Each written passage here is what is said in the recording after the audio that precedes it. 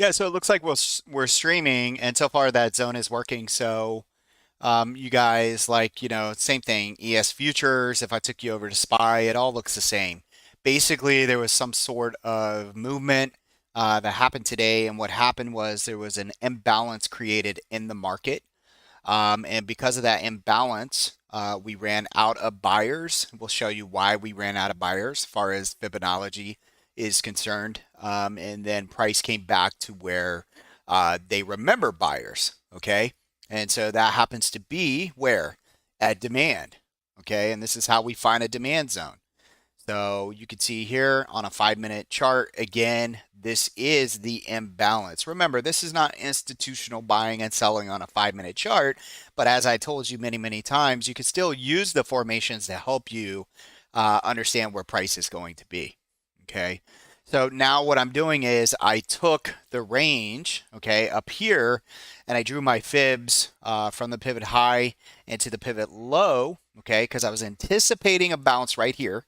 So I drew these before price even got here, and these are the Fibonacci's that I came up with. So remember, when taking a trade from the zone, we can find these Fibonacci's, and if you know how to place them, they should be in line with some, smaller inside and down formations and so forth.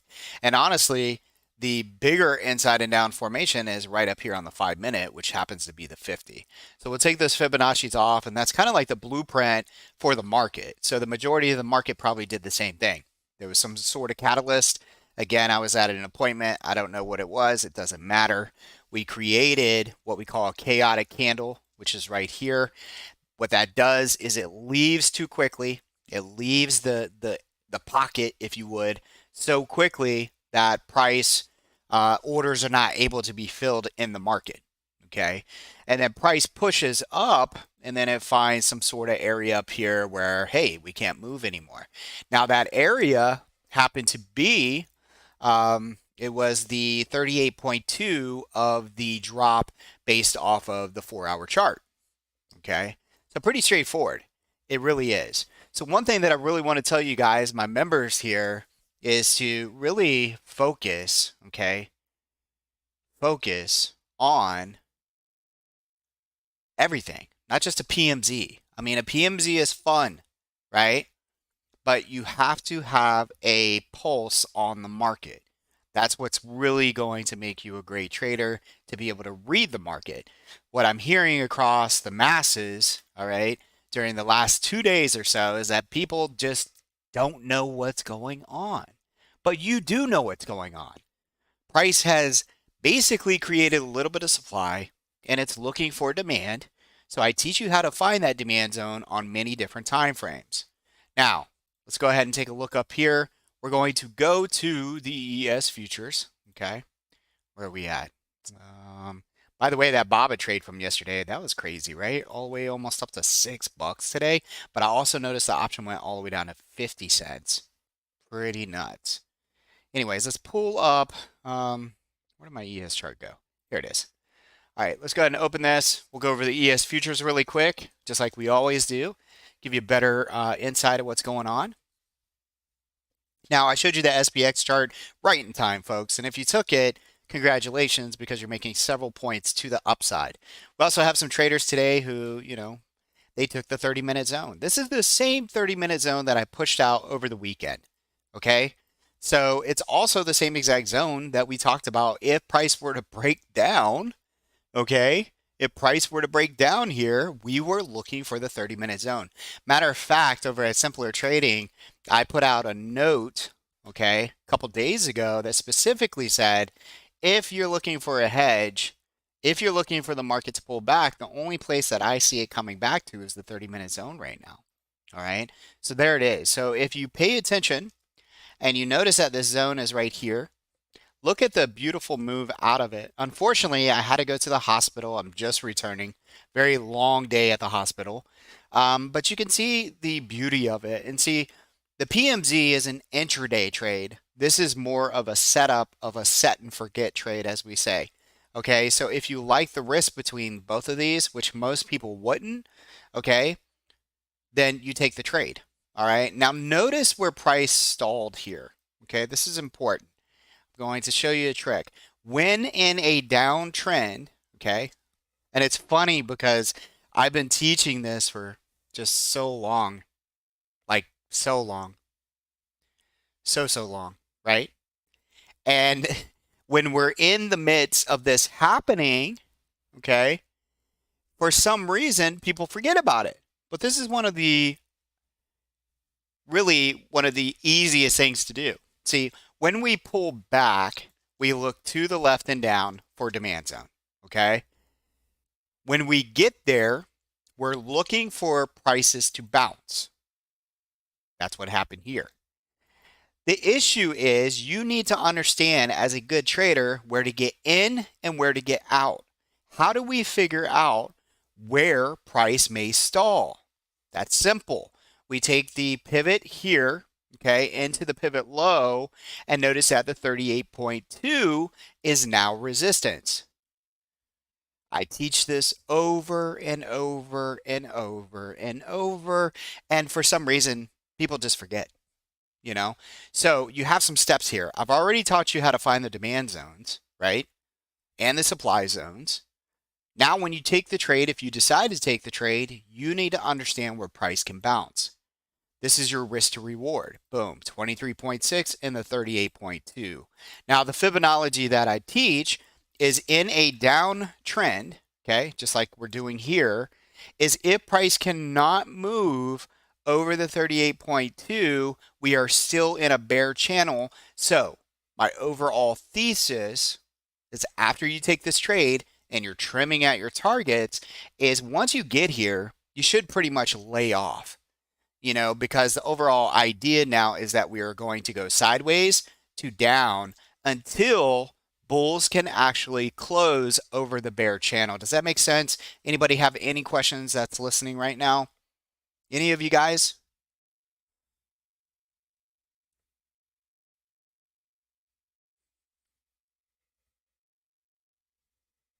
Well, what we should do, okay, if anybody like loves putting together like little templates or something like that, when you're listening to me, write it all down, okay? And if you think you come up with something super cool that you feel like is a really good checklist, then you can put that out and you guys can use that, all right? Now, my checklist is in my head, right? It's the same thing I'm teaching over and over and over, okay?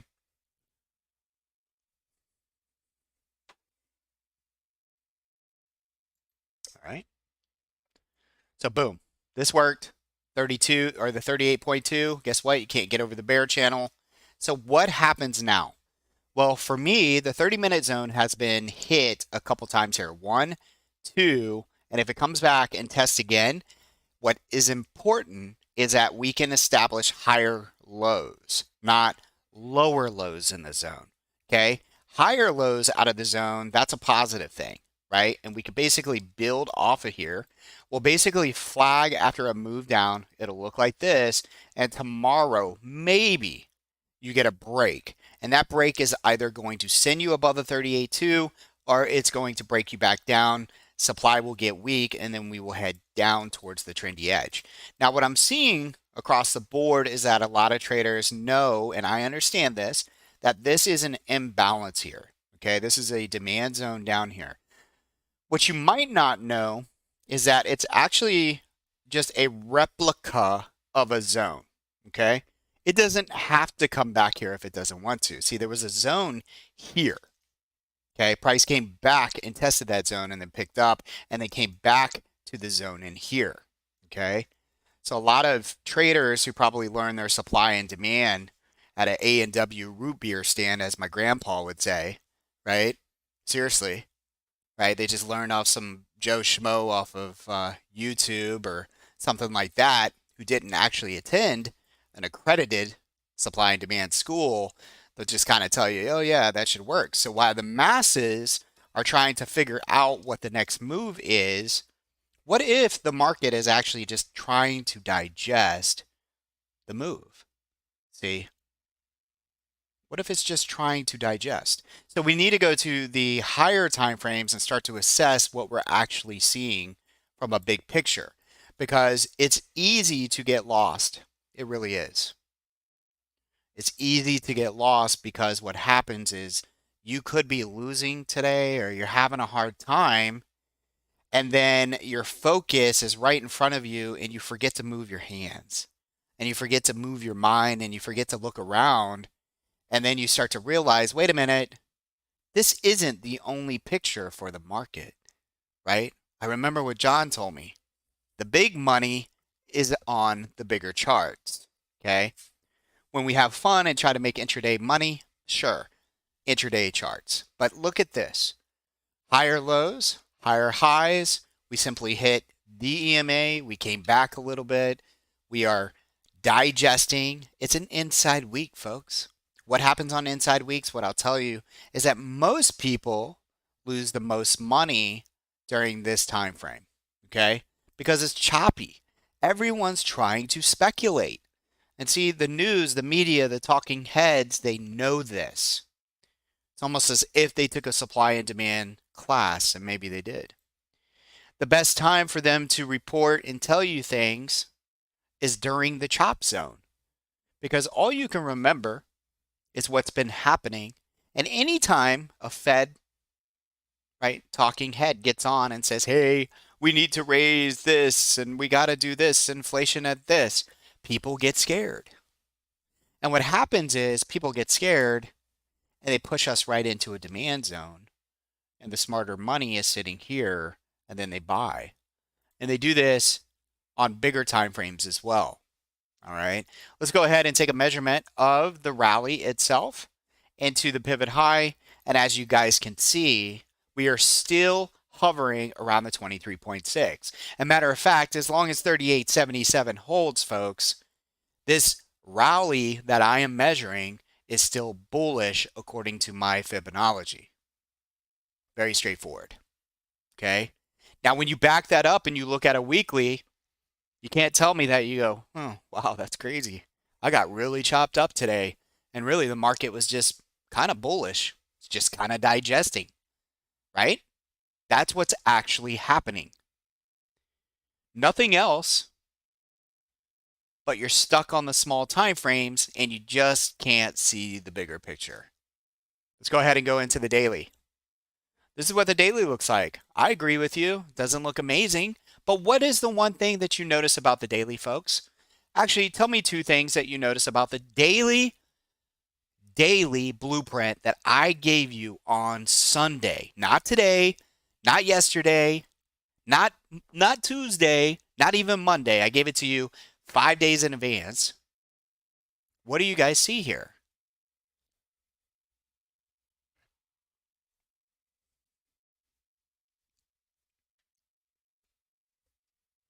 Anybody? I see you guys typing. Somebody.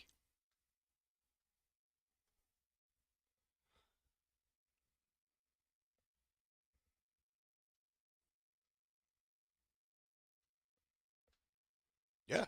I mean, we pull back to the EMA cloud, right? This is part of the trendy methodology, folks. If you're looking at a daily, price moved up. What do we look for when price comes back to the cloud? We look for it to bounce. But not only that, guys, what does this say right here? This level that I gave you on Sunday, when I could anticipate that the market would pull back, that it would hit a 30-minute zone, I could anticipate from Fibonacci and zones where to go long. Okay. Remember, we don't have to wait for 39, 11, 18. There's no such thing on ES futures. Okay. We know that it's actually 39, 11, 25. But we also know that we don't have to wait for that. We wait as it comes in. Then we go to a smaller time frame. Okay. Like this. And then we look when it dips down into the zone if we start to get some yellow bars. Check out those yellow bars, folks. Check out that PMZ. So I heard a couple people say they might have got chopped up today. I get it. You can see that. But as we talk about over and over, we came into a demand zone. I want to remind everybody, if we came into a demand zone, why would you try to go short into a demand zone? That's like the exact opposite of what we do. Okay. Now, it doesn't mean you can't go short. Okay. Does not mean you can't go short if the risk to reward is there. Okay. So if this was a low, the market opens and you want to go short, your risk is 6 points, but your reward is, let's just say, only 5 points. Is that worth it? No. We're looking for demand zones to bounce. We're looking to take trades out of the PMZ. And once, maybe a couple times it doesn't work for you, you miss a couple points. But man, when it does work for you, look at that beautiful move. Okay. Now, just for these purposes, let's go ahead and go back to the chart that I just gave you, folks. I cannot make this stuff up. I gave you this in advance. I put it right here in the room. I drew a really little pretty arrow for you. I drew you a zone. My job's finished, right? Nah, it's not finished. But what I really want to do is just sink in the idea that you guys get this. Why did this zone work? Anybody have any answers? Anybody? Why did this zone work? If any of you say some sort of news came out, you're fired. I'll kick you out of the room. Seriously. Why did this zone work?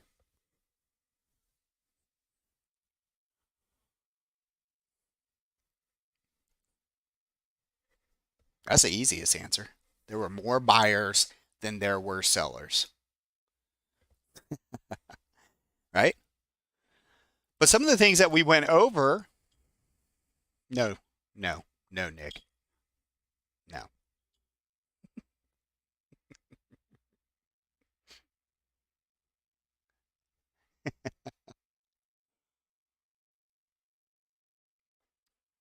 All right. So we just went over the steps of finding a good zone, right? Just the other day.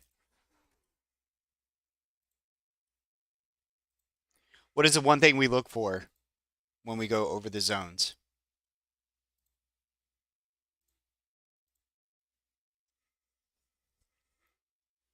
Inside and up. So we found that, right? We found that. Okay. We found that.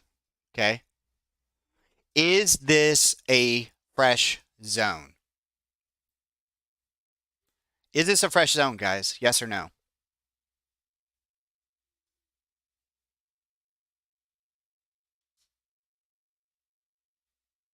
Awesome.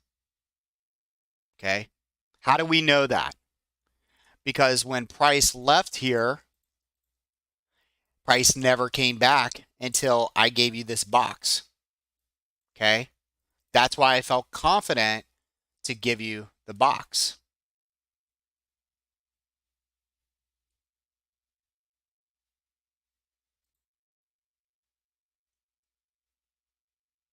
Nice trade, Melissa. See, these are the results that I'm talking about, guys. This is what I'm talking about. We got Melissa trading on my behalf, right? She's our team player. Look at this. She's doing what she's supposed to be doing. She bought SPY options right here. Did you buy right here, Melissa? You did, right? Awesome. Good job. Okay. That is the result. That's it. Now, I bet when Melissa took this trade, she probably also understood how much she could lose. Let me see how much you guys are paying attention, okay?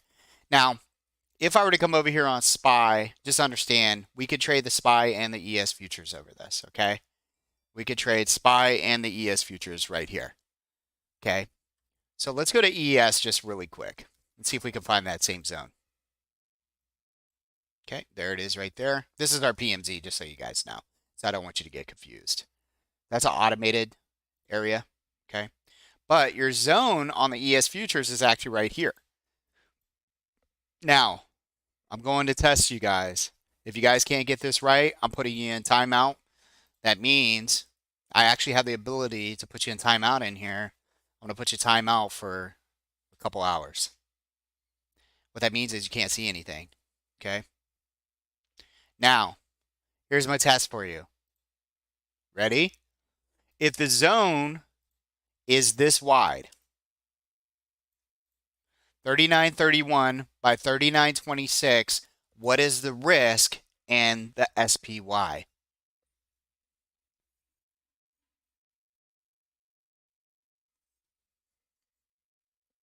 See if somebody can get it. Now, Melissa, if you get it wrong, I don't want to have to fire you for 2 hours. You weren't supposed to answer. Totally kidding. 50 cents. So everybody's saying 50 cents. Okay, why is it 50 cents?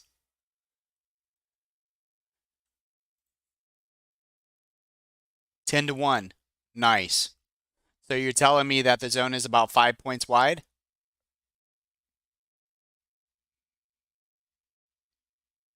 That's exactly why. Good job, guys. And if some of you guys copied somebody else over here, good job. Okay. So anybody out there watching, this zone is 5 points wide on the ES futures.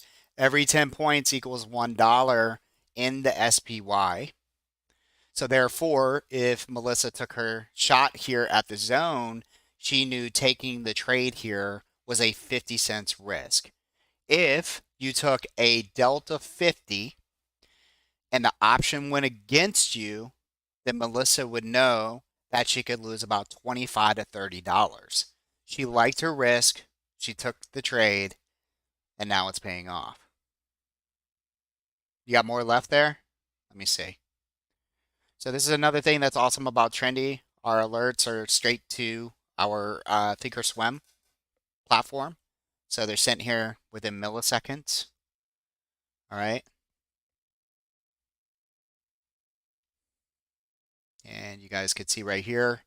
So it looks like you still have some left. And the way that we can tell that you still have some left, just so everybody knows, is see how it says blue? Or sorry, it doesn't say blue, but see that it's blue and it also has the percentage here and it also says trim. If it said, if it was red, it'd be a different story. So like this. So she got out of her Apple today at 100%. We had a loss of 30%. That's amazing. I love that. And then we had some butterfly puts, 84% that were a hedge.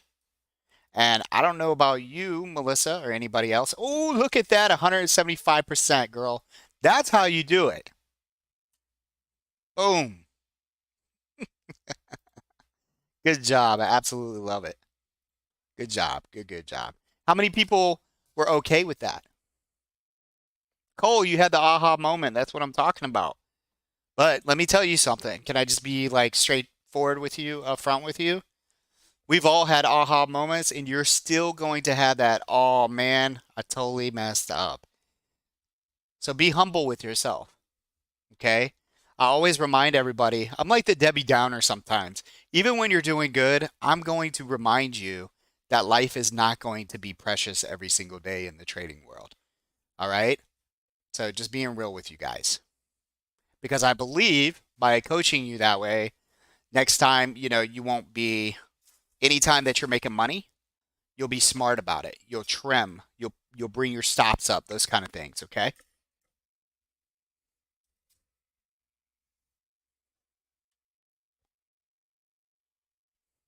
All right. So let's take this off, put this over here. And I'm a little bummed because I didn't get filled on those butterflies down there, but I'm okay. I can live through Melissa, right? How'd you guys like Melissa today on the mic? How did that go? And I know I was able to come in a couple times and just say hello and kind of give you guys some thoughts, but I really was like super busy. Yeah. Isn't it cool? Isn't it cool to have some girl power? Girls are the best traders. Typically, if they learned here, though. I'm just saying.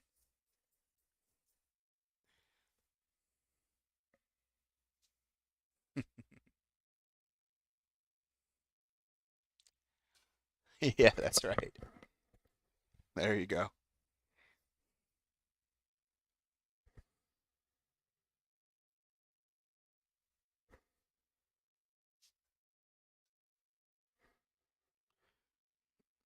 So me and Melissa had conversations last night, right?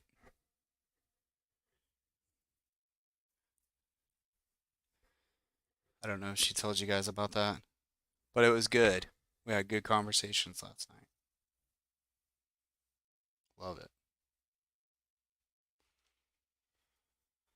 Oh, you told them? Yeah, and it was hard for me, right? It wasn't like hard for me, but like being a coach sometimes, it's like I was thinking about the time that I sat down with you guys and, not everything's recorded, but I went on and on and on about how we could fall into a dark hole. And I don't think Melissa was there, right? But I can see traders when they're starting to maybe something changes, right? And so because I've been there a million times, I'm able to actually help out, it's just how you present it, right?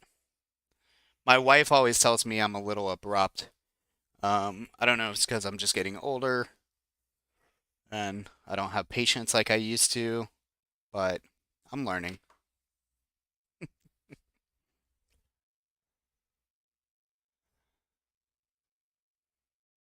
Oh, look at that.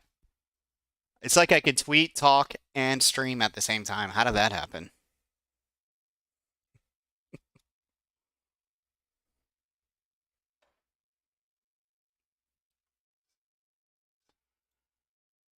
All right, so the big thing here, and I think we really captured it in this last 30 minutes. So again, I apologize that I wasn't on the mic, but I had to take care of some stuff today with the doc, and Melissa did an amazing job. And so I really appreciate you guys, and I'm happy that you had a good day. I want to make sure that I reiterate every single day that every day has an opportunity here. Okay, just because you have a losing trade doesn't mean you stop trading. Meaning, like during the day, right? We have stops. We know we'll be stopped. It's going to happen. You will be stopped. You will lose money. But look at all the opportunities that we present every single day. Just knowing that these opportunities exist should give you the confidence to feel like you're in the right place, that you're amongst people who are looking at the same levels, the same methodology. And because of that, I feel like we have a really, really solid community here. On that note, what do we want to do as far as going into tomorrow? Probably like for me, I got this Google. I didn't really get an opportunity to add it much lower. We got 65, 64 days. I'm only down 10% on that. Not going to do anything. Let's see. XLV only down about 20%. Same thing. Got a lot of time. 64 days. Nothing to do there. So I sold some ES futures naked calls about the same time, about right here when I told you guys I was just getting into the office. So I sold naked calls and bought them back immediately when we dropped down here and made about 50% on those. That's not something that would pop up on my alerts, unfortunately, because it's a futures trade. But sold calls there. Didn't get into the butterfly here, but at the same time, very happy that Melissa did because we're both demonstrating that proof of concept through our trades. So happy that you guys can see that. Okay. Other trades today. We talked about the 392 puts that I talked about for 2 days. I sold those this morning for about 140%. Those pushed my account up really nicely over there on that side, and that account, I'd love to share the PL or the Y curve on that. That's doing really well. So I'm very happy with that account and this account also doing just fine. So we're having a good time. We don't need to overtrade. I really think that our focus, folks, should be about 2 to 3 trades a day. Now, I'm going to every once in a while just being very transparent. If Melissa beats me to a trade, I'm probably not going to take it in this account and vice versa. Well, Melissa might do something different. I noticed she jumped into XLV and stuff like that too. But for me, for my purposes, if I'm going to take a trade that Melissa and I are looking at and she beats me to it, I'm probably going to trade it in my private account, which you guys can still see those trades. But I just think that we don't need to have the multiple alerts in here. So yeah, like it or not, we're family. Who is that? Who's that girl?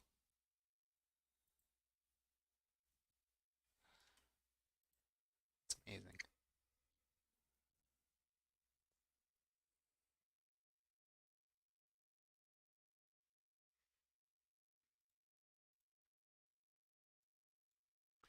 Yes, good job. Well, I'm really glad that we were able to capture that live as well. So that's out on YouTube as well. So if you guys want to go back and take a look at it. But what an amazing zone, right?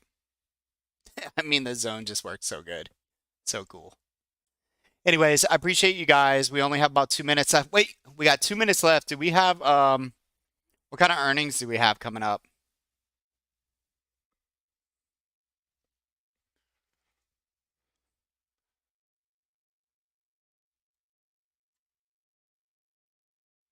PANW? Ooh, I like some PANW. Let's just buy like 50 bucks out of the money, right? I only got 1 minute.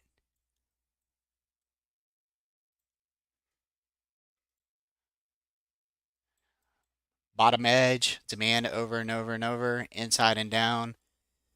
Personally, I don't think it gets over 170. And if it drops, I think it drops maybe into 140, 145. So those are my two levels. We'll see how that works. Do they move after earnings, or are they one of those names that um, they don't do much until the morning? This is the range I'm looking at. Let's see what happens. I'm just using trendy edges there.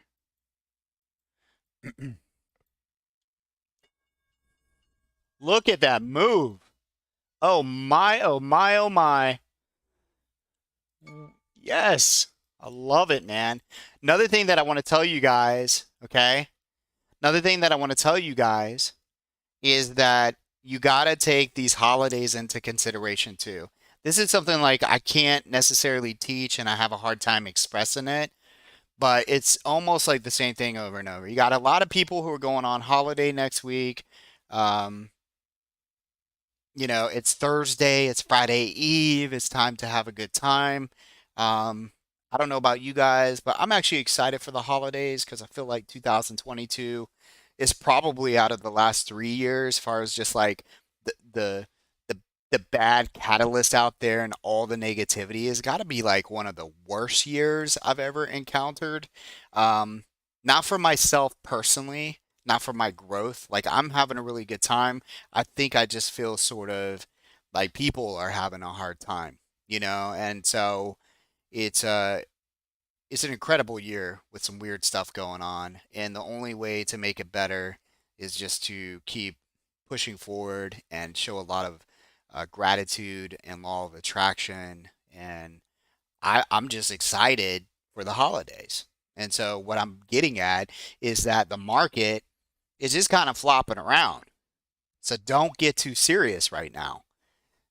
Look at these Fibonacci levels, look at the supply and demand, and just play it, right? Stop trying to guess what the market's going to do, and we'll just trade the levels. Okay.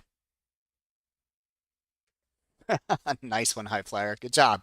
Glad you guys did great. 1.5 to 10. That's a nice trade. All right, folks. Love you guys. We'll talk to you soon. See you in the morning. I don't think I have anything else going on, so see you later.